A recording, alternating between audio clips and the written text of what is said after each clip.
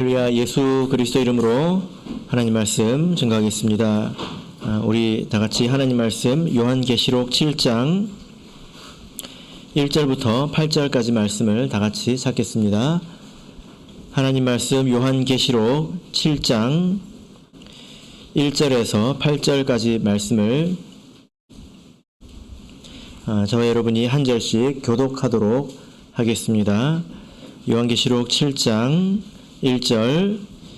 이 일 후에 내가 내 천사가 땅에 내 모퉁이에 선 것을 보니 땅의 사방의 바람을 붙잡아 바람으로 하여금 땅에나 바다에나 각종 나무에 불지 못하게 하더라.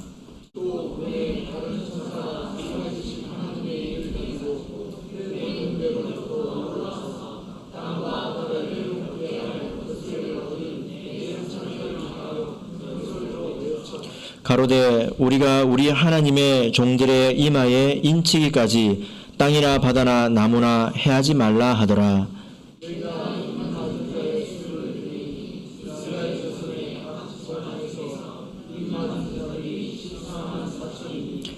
유다 지파 중에 인 맞은 자가 1만 2천이요 르우벤 지파 중에 1만 2천이요 갓 지파 중에 1만 2천이요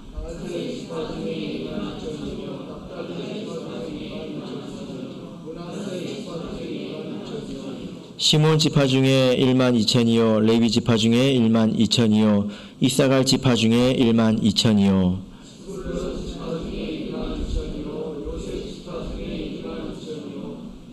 지파 중에 인 맞은 자가 1만 2천이라. 아멘.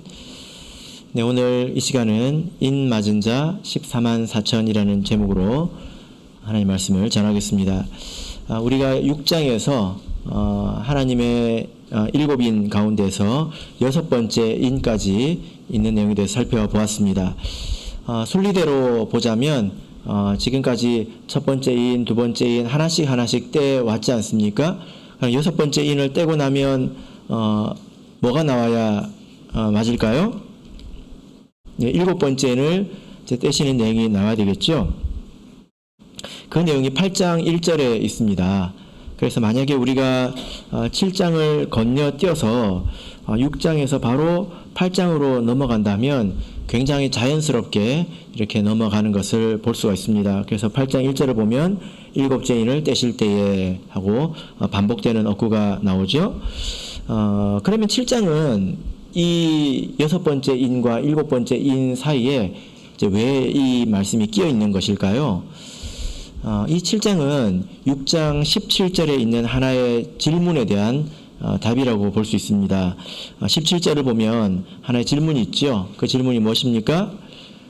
예, 그들의 진노의 큰 날이 이렇으니 누가 능히 서리요. 예, 우리 성경에는 없지만 원문 성경에는 여기 물음표가 있습니다. 그래서 지금 묻고 있는 거죠.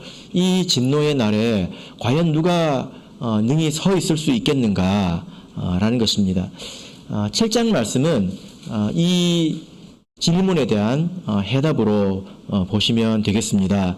그 진노의 큰 날에 하나님의 진노를 피해서 안전하게 보호받는 사람이 누구인가, 구원받는 자가 누구인가 라는 질문에 대한 답이 바로 7장의 말씀입니다.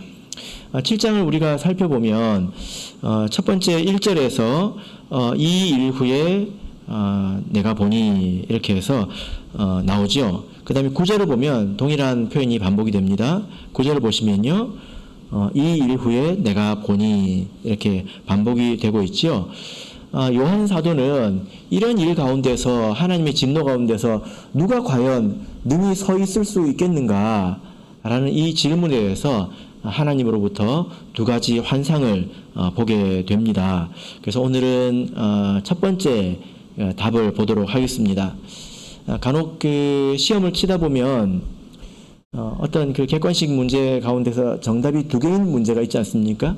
혹은 뭐 주관식이든지 답이 두 개인 문제가 있잖아요. 만약에 그런 문제에서 하나만 적으면 어떻게 맞을까요? 틀릴까요? 예.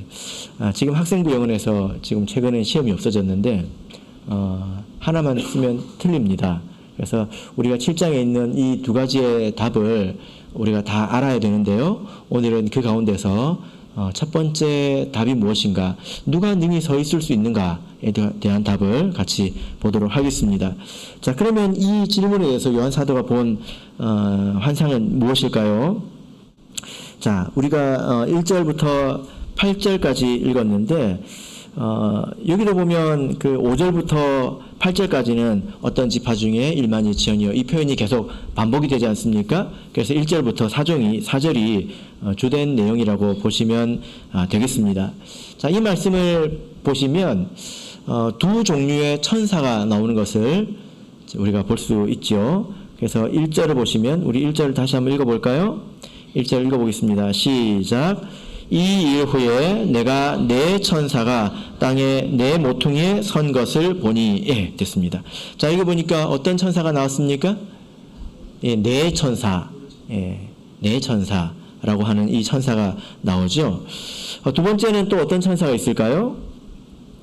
자, 2절을 보면 또 봄에 다른 천사가 해서 다른 천사가 나옵니다. 그래서 두 종류, 네 천사와 다른 천사가 나오는 것을 볼 수가 있습니다. 이들이 과연 누구일까요? 우리가 궁금하지요. 먼저 이 말씀 가운데서 이들이 하는 일에 대해서 우리 먼저 좀 살펴보도록 하겠습니다. 자, 그러면 네 천사는 어떤 일을 하고 있을까요? 자, 우리 1절부터 2절까지를 우리 다시 한번 읽어보도록 하겠습니다. 1절에서 2절 읽겠습니다. 시작. 이 일 후에 내가 네 천사가 땅에 내 모퉁이에 선 것을 보니 땅의 사방의 바람을 붙잡아 바람으로 하여금 땅에나 바다에나 각종 나무에 불지 못하게 하더라. 또 봄에 다른 천사가 살아계신 하나님의 인을 가지고 해 돋는 데로부터 올라와서 땅과 바다를 해롭게 할 권세를 얻은 네 천사를 향하여 큰 소리로 외쳐. 예. 자, 먼저 이 네 천사는 땅의 네 모퉁이에 있는 것을 볼 수가 있습니다.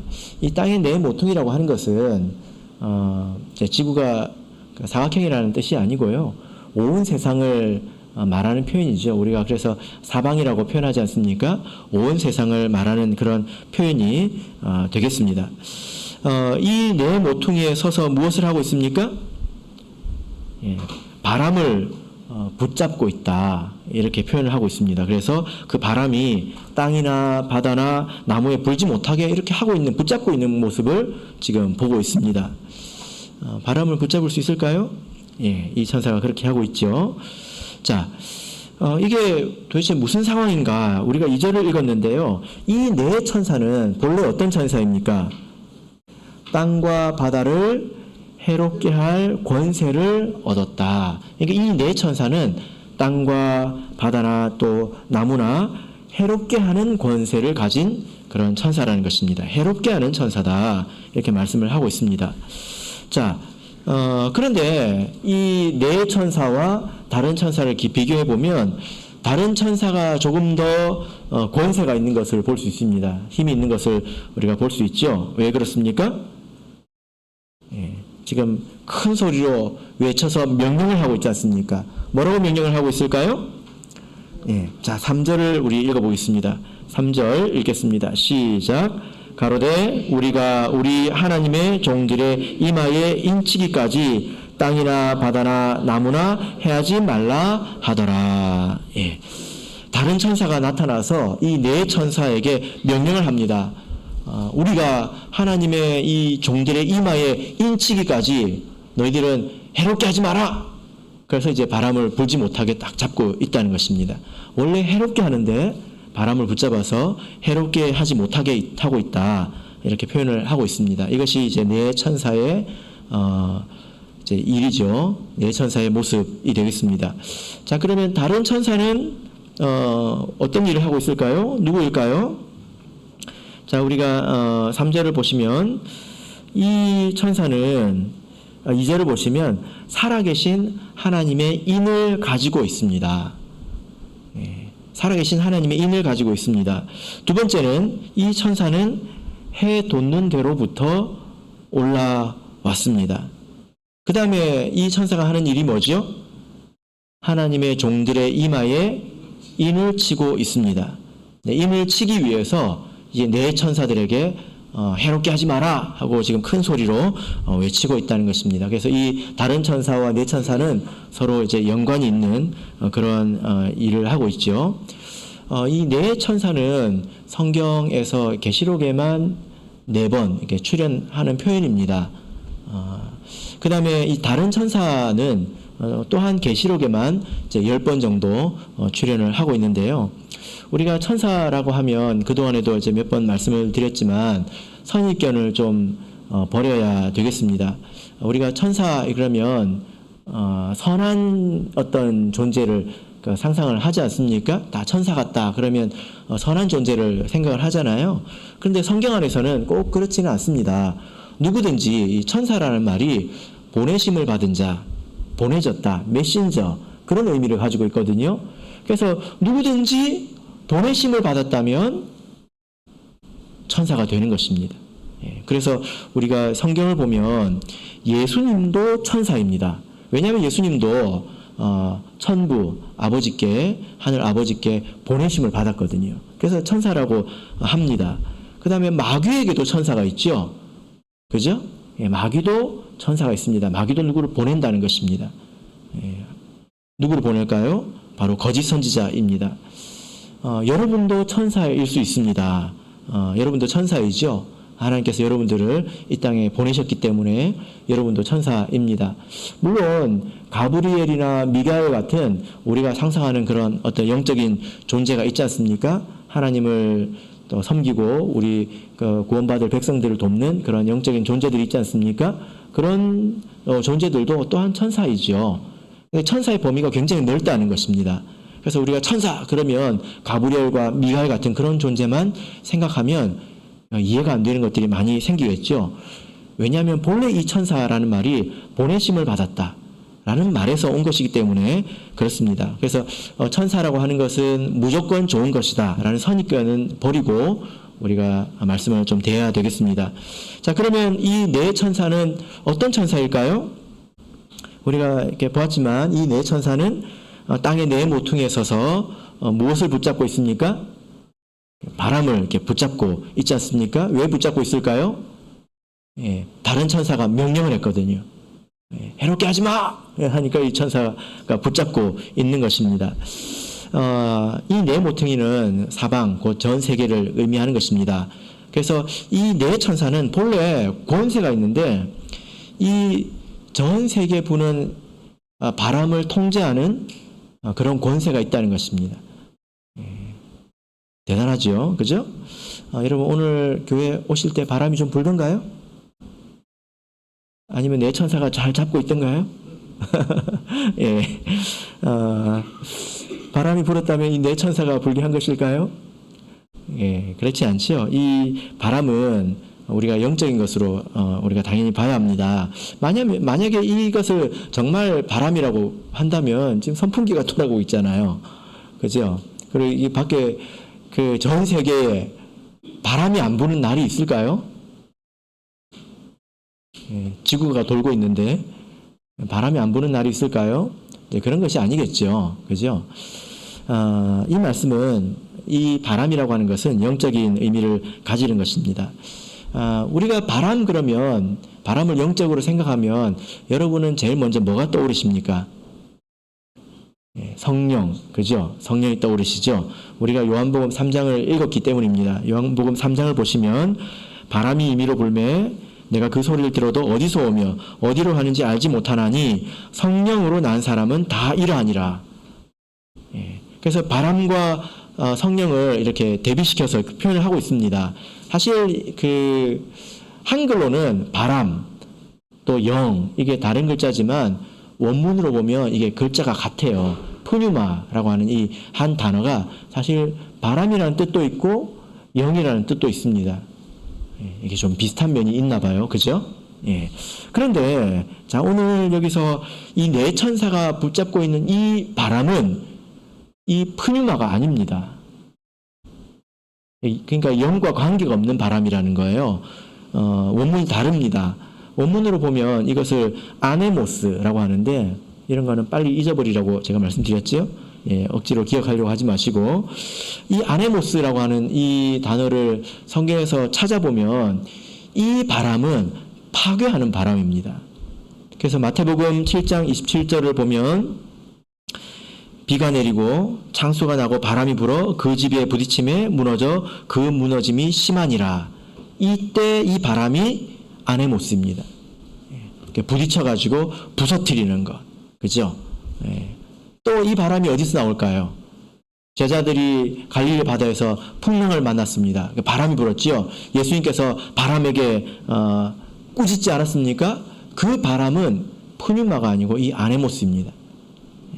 그래서 이 아네모스를 보면 일관되게 이것은 파괴하는 것이고 이것은 재앙을 의미합니다. 재앙을 의미합니다.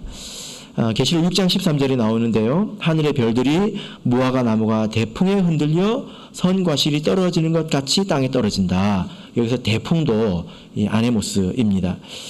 구약에도 보면 이 바람이 재앙을 가져올 때가 많이 있죠. 기억나십니까? 하나님께서 동풍이 불게 하시면 어떻게 되죠? 건조한 바람이 불어서 이렇게 이스라엘 동쪽이 어디입니까? 사막이거든요. 사막에서 바람이 불어오면 다 말라버립니다. 그럼 농사고 뭐시고 다 망치는 거죠. 그래서 동풍이 부는 것은 망치는 것이고 말라버리는 것이고 또 흉년이 드는 것입니다. 그리고 동풍이 배를 깨트리기도 합니다. 그래서 이 바람은 재앙을 말하는 것입니다. 이 네 천사가 그 바람을 붙잡고 있다는 것입니다. 구약에 이 바람이 나오는데 그러면 어떤 바람이 이렇게 재앙을 가져올까요? 자, 구약에도 이 네 바람이 있는데, 자, 우리 찾아보겠습니다. 다니엘서 7장 2절을 보겠습니다. 다니엘서 7장 2절. 다니엘서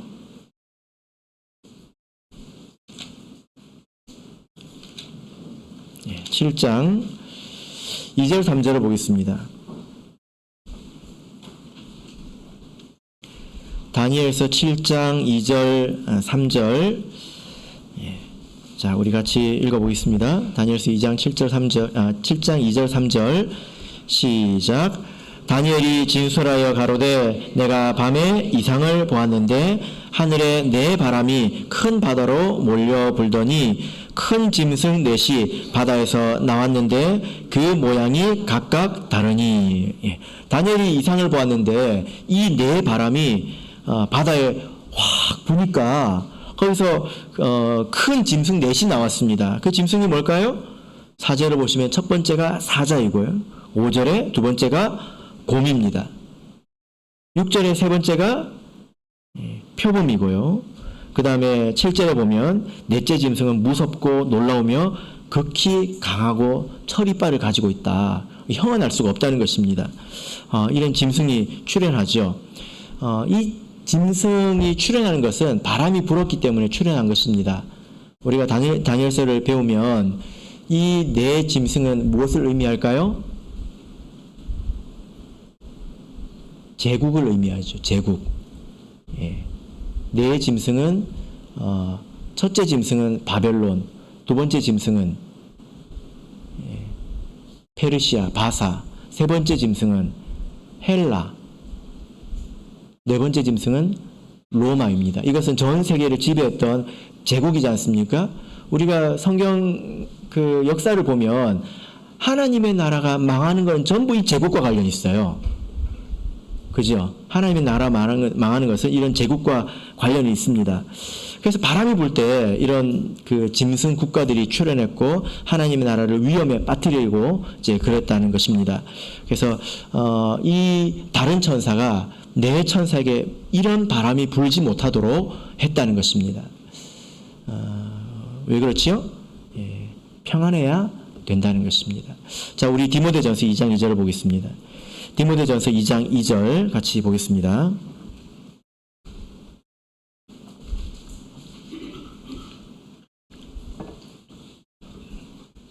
자, 디모데전서 2장 2절 읽겠습니다. 시작. 임금들과 높은 지위에 있는 모든 사람을 위하여 하라. 이는 우리가 모든 경건과 단정한 중에 고요하고 평안한 생활을 하려 함이니라. 자, 여기 보니까 높은 자리에 있는 자들을 위해서 기도하라고 하고 있죠. 왜 그렇습니까? 내가 열렬한 지지자이기 때문에 그럴까요? 예, 아니죠.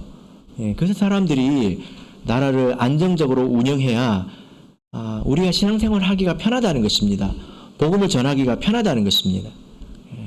예, 이와 같은 맥락에서 다른 천사가 하나님의 인을 치기에 합당한 그런 환경을 먼저 만들고 있는 것입니다. 그래서 네 천사가 이 다른 천사에 의해서 이렇게 묶여 있습니다. 그러나 다시 등장하는 때가 오죠. 언제 올까요?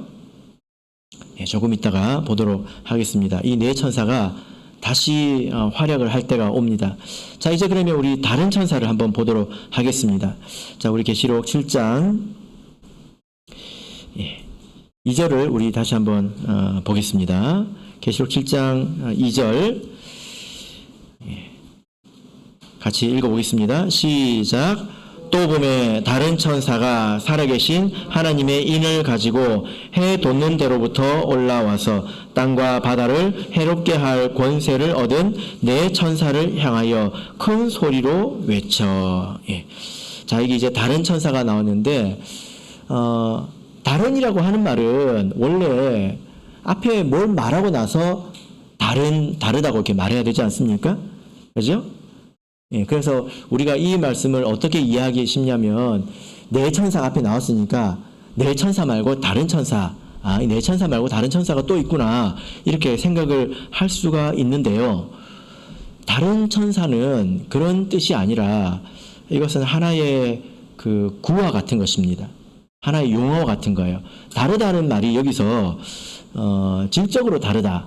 그래서 이 천사를 수식해주는, 꾸며주는 그런 표현으로 우리가 봐야 하는 것입니다. 하나의 용어처럼 생각을 해야 돼요.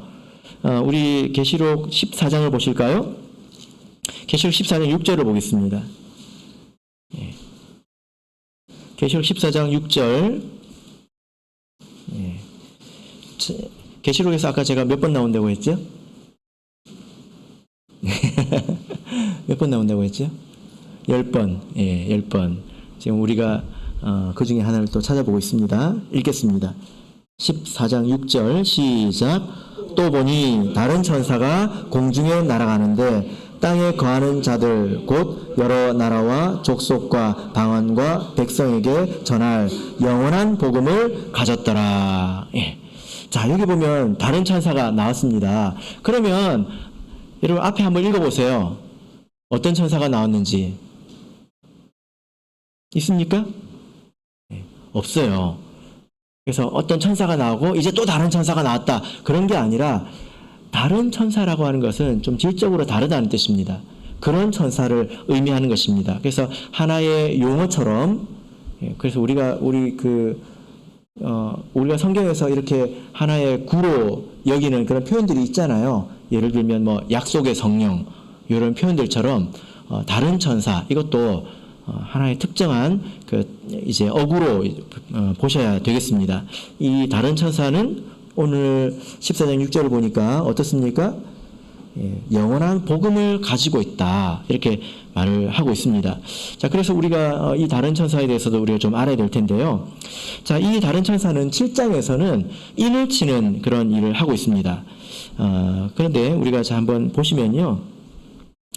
2절을 보시면 다른 천사는 헬라 이렇게 원문으로 보면 단수입니다.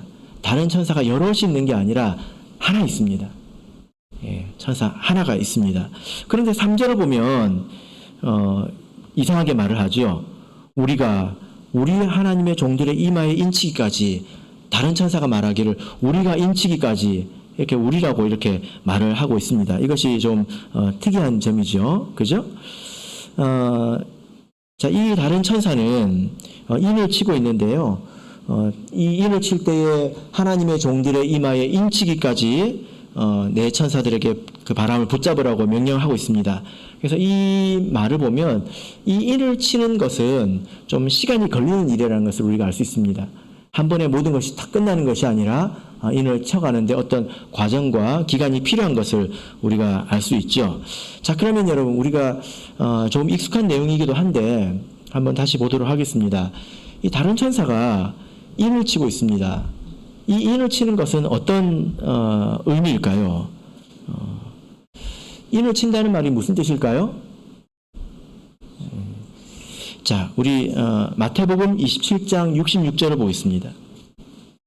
마태복음 27장 66절, 이 인을 치다는 말이 신약 안에서 제일 첫 번째 등장하는 그 구절이 바로 마태복음 27장 66절인데요.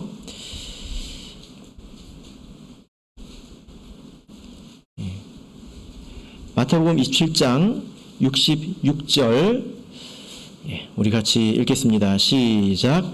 저희가 파수꾼과 함께 가서 돌을 인봉하고 무덤을 굳게 하니라.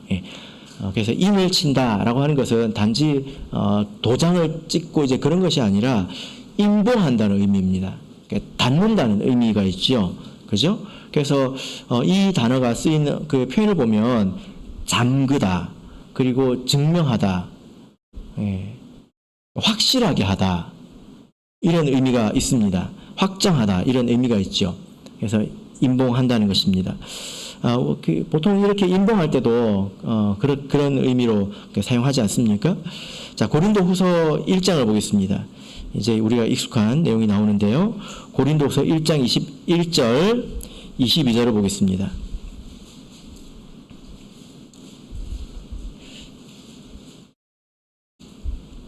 고린도후서 1장 21절, 22절.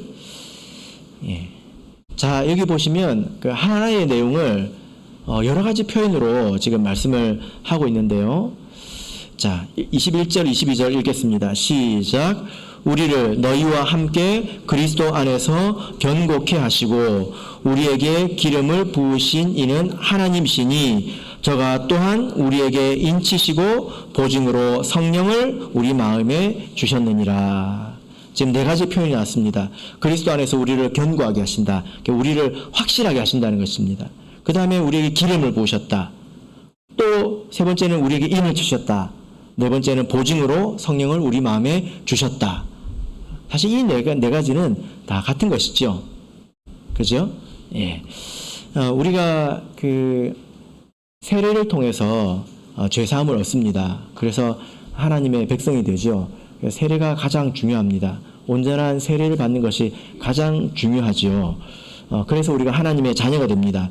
그것을 인증하는 것입니다. 확정하는 거죠. 그죠? 성령을 받는 것으로 자녀가 되는 게 아닙니다. 인을 치는 것으로 자녀가 되는 게 아닙니다. 자녀에게 인을 치는 거죠. 그죠? 만약에 인침을 먼저 받았다면 반드시 세례를 받아야 합니다. 빨리 받아야죠. 그죠? 예. 우리 교회 그런 간증들이 몇 번 있는데요. 우리가 성령을 받으면 세례를 받아야 합니다. 하나님의 택하심이 있다는 것을 우리가 이제 받아들여야죠. 그죠? 성경에도 그런 예가 있지 않습니까? 근데 어떤 그 분이 성령을 먼저 받았는데 세례 받기를 거부했습니다. 왜냐하면 세례를 받으면 내 삶이 많이 변화해야 된다고 거기 부담감을 느낀 거죠. 결국 어떻게 됐을까요? 그 틈을 타고 사령에 들어왔습니다. 굉장히 고생을 했습니다. 그래서 분명히 해야 될 것은 인침으로 자녀가 되는 것이 아닙니다. 자녀이기 때문에 인을 친다는 것입니다. 그래서 여기서 보면 그 인의 그 여러 가지 표현이 있지만 기름을 붓는 것도 사실 성령을 받는 것을 말하죠. 이것이 곧 인을 치는 것이고 성령을 받는 것이고 이것이 그리스도 안에서 우리를 견고케 하는 것입니다. 같은 것이죠. 자, 그래서 이런 표현이 그러면 가능할까요? 약속의 성령으로 인치심을 받았다. 그러니까 여기는 그냥 인치셨다 이런 표현이 있는데 약속의 성령으로 인치심을 받았다. 이런 표현은 가능할까요?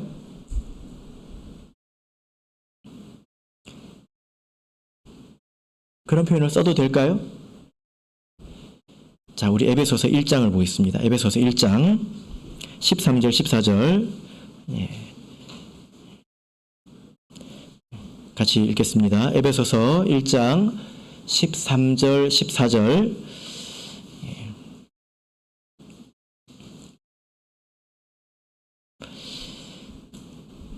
자, 읽겠습니다. 시작. 그 안에서 너희도 진리의 말씀 곧 너희의 구원의 복음을 듣고 그 안에서 또한 믿어 약속의 성령으로 인치심을 받았으니 이는 우리 기업의 보증이 되사 그 얻으신 것을 구속하시고 그의 영광을 찬미하게 하려 하심이라. 여기 보니까 어떤 표현이 있습니까? 도장으로 인을 쳤다. 불도장으로 인을 쳤다. 그게 아니라 약속의 성령으로 인을 쳤다. 이런 표현이 있죠. 그래서 우리가 약속의 성령을 받는 것, 이것이 곧 인침을 받는 것이고 우리가 보증을 얻은 것입니다. 그리고 우리가 기름 부음을 받은 것이 되고 그리스도 안에서 더욱 이제 견고하게 되는 것입니다. 우리가 그 인침을 받는다고 하는 것은 성령을 받는 것을 말합니다. 여러분 성령을 받는 것 그러면 여러분들은 굉장히 익숙하죠. 그죠? 성령을 받는다 그러면 여러분들은 굉장히 익숙하지 않습니까? 그런데 일반 기독교계에서는 성령을 받는다 이 말은 굉장히 낯선 말입니다. 그분들에게는 굉장히 낯선 말이죠. 그게 무슨 말인지 처음에는 잘 이해를 못합니다. 성령을 받는 것과 성령이 충만한 것은 같은 것일까요? 성령이 충만해진 것은 같은 것일까요? 사가랴는 엘리사벳은 성령이 충만해졌지 않습니까? 그죠? 성령이 충만한 것과 성령을 받는 것도 또 좀 다릅니다. 성령의 감동이 있는 것과 그죠? 성령을 받는 것은 다른 것입니다. 조금 다르지요. 그죠? 성령을 받는 것이 곧 인침을 얻는 것입니다. 그래서 그것이 우리에게 기업의 보증이 되고 로마서 8장 15절의 말씀처럼 우리가 아바 아버지라 부르짖을 수 있게 되는 거죠. 이 약속의 성령을 받음을 통해서 우리가 하나님과 더 깊은 관계 속으로 들어갈 수 있게 되는 것입니다. 자, 그래서 이 다른 천사가 임을 치는데요. 이 임 맞은 자가 바로 이 진노의 날에 진노를 피할 수 있는 사람이라는 것입니다. 하나님의 진노를 피할 수 있는 사람이라는 것입니다. 우리가 조심해야 되는 것은 당연히 이것은 구속받은 자라는 뜻입니다. 예수 그리스도 이름으로 세례를 받고 그런 모든 과정을 거쳐서 이 임 맞은 자를 뜻합니다. 이 부분은 마지막에 조금 더 살펴보도록 하겠습니다. 자, 이 임 맞은 사람의 숫자가 몇 명일까요? 14만 4천 명이죠. 그죠? 전 세계 성령 받은 사람이 지금 몇 명쯤 될까요?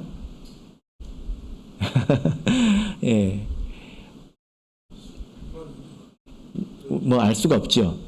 그러나 확실한 것은 14만 4천 명이 넘는다는 것입니다. 거의 이제 그건 확실한 것 같습니다. 이것은 당연히 상징적인 숫자겠죠. 이것을 실제적인 숫자로 생각하면 이제 곤란합니다. 왜냐하면 계시록에 숫자들이 많이 나오거든요. 뭐 42개월도 나오고 1260일도 나오고 1시간도 나오고 이렇게 여러 시간이 나오는데 만약에 이것을 진짜 그런 실제적인 숫자로 본다면 나머지도 실제적으로 해석을 해야 합니다. 그러나 그렇게 보기가 어렵죠. 이 이스라엘 자손이 영적인 이스라엘이기 때문에 이 14만 4천도 우리가 영적으로 보는 것이 옳습니다. 14만 4천의 의미는 어떤 의미일까요? 그러면 이 14만 4천을 좀 분해를 해보면 12 곱하기 1000이죠. 그죠? 이게 그 10이라고 하는 것은 완전한 것을 의미합니다. 완전하고 1000은 뭘까요? 많다는 거예요. 하루가 1000년 같고 할 때 많다는 뜻으로 1000이라는 숫자를 쓴 것입니다. 그래서 이 14만 4천이라는 숫자는 실제로 마지막 때가 되어서 이것이 14만 4천보다 많을 수도 있고 뭐 적을 수도 있는데요. 이것은 그 실제적인 숫자가 얼마인지는 몰라도 이것은 하나님께서 만족하시는 숫자라는 것입니다. 하나님의 입장에서 볼 때는 충분히 많고 충분히 만족스럽다라는 것입니다. 사도행전 14장, 13장을 보겠습니다. 이런 말씀이 있죠. 사도행전 13장 48절입니다. 사도행전 13장 48절 같이 보겠습니다. 사도행전 13장 48절 읽겠습니다. 시작. 이방인들이 듣고 기뻐하여 하나님의 말씀을 찬송하며 영생을 주기로 작정된 자는 다 믿더라. 영생을 주기로 작정된 자는 다 믿더라.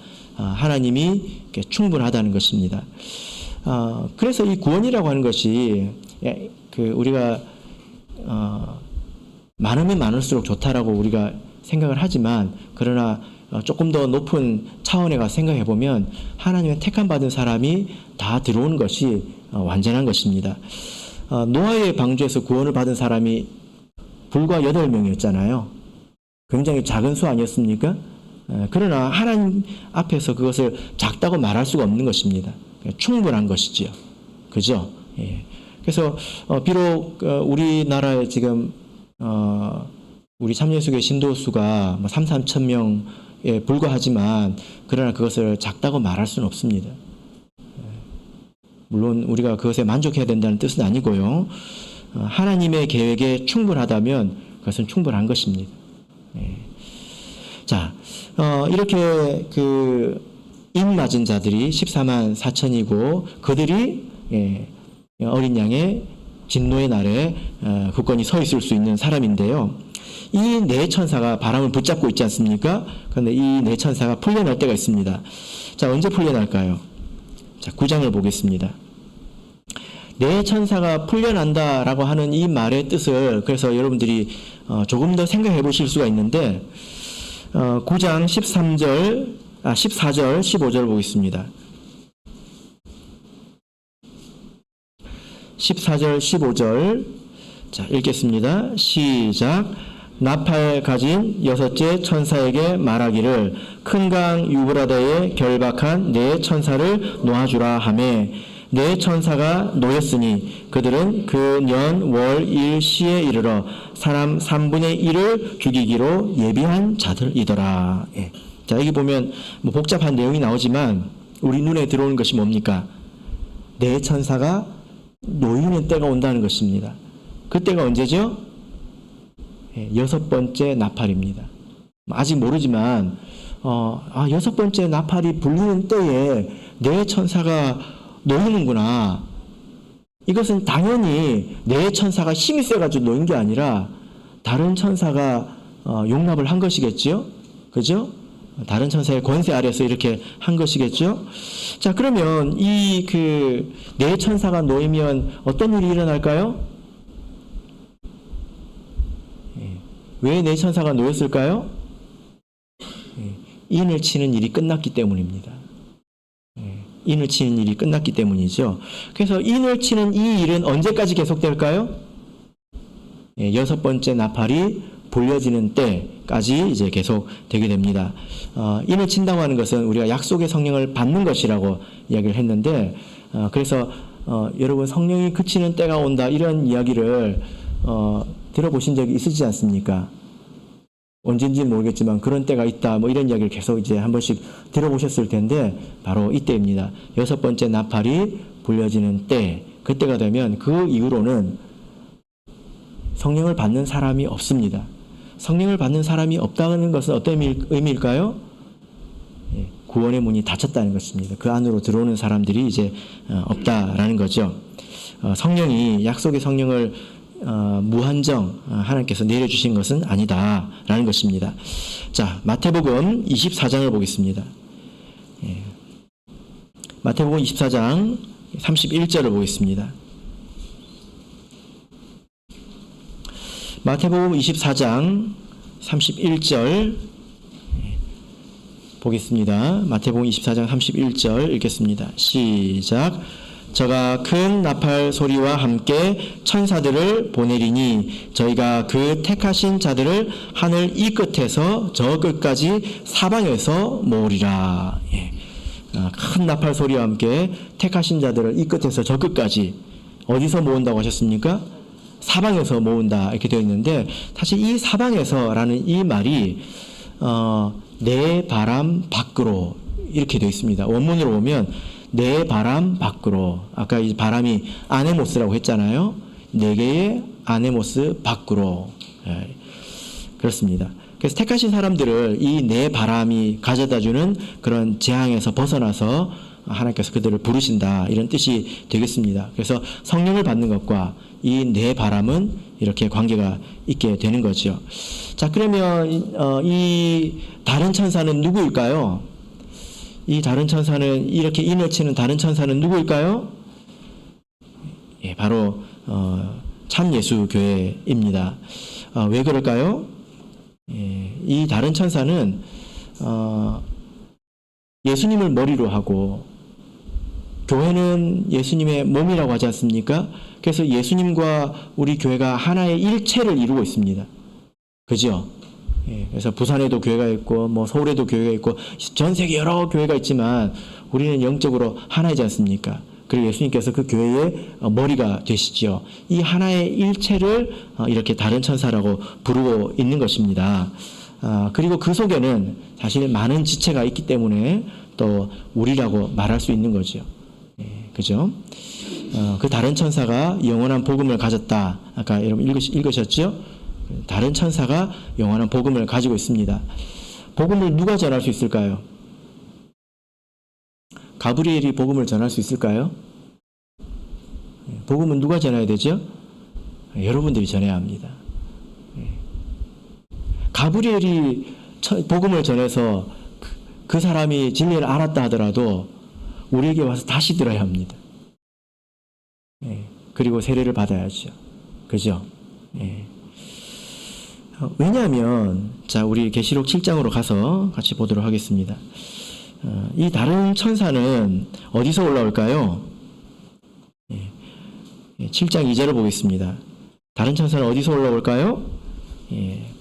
하나님의 인을 가지고 해 돋는 데로부터 올라온다, 이렇게 말씀을 하고 있습니다. 여러분, 해가 어디서 뜰까요? 동쪽에서 뜨죠. 그죠? 근데 지구는 둥글지 않습니까? 해가 어디서 뜹니까? 예. 저는 예전에 이게 되게 헷갈렸습니다. 왜 이쪽을 동쪽이라고 하고 저쪽을 서쪽이라고 할까? 지구는 둥근데. 그래서 어떤 사람들은 여기서 해 뜨는 곳을 동방이라고 합니다. 특히 극동이라고 하면 어디입니까? 동방은 여기 이제 아시아 지역을 동방이라고 보통 이야기를 하잖아요. 그죠? 저기 중동을 포함해서 이쪽을 동쪽이라고 이야기를 합니다. 서양을 이제 뭐 유럽이나 그쪽을 서양이라고 하죠. 그런데 그 중에서 제일 동쪽 제일 끝을 극동이라고 하는데 뭐 중국, 한국, 일본 뭐 이 정도가 되겠습니다. 근데 우리나라도 동쪽이 있잖아요. 그죠? 일본에도 또 동쪽이 있지 않습니까? 우리는 이런 표현들을 볼 때 우리 성경을 통해서 그 배경을 찾는 것이 좋습니다. 자, 우리 에스겔서 11장을 보겠습니다. 사실 이 동쪽은요, 하나님의 영과 관계가 있습니다. 에스겔서 11장 23절을 보겠습니다. 에스겔서 11장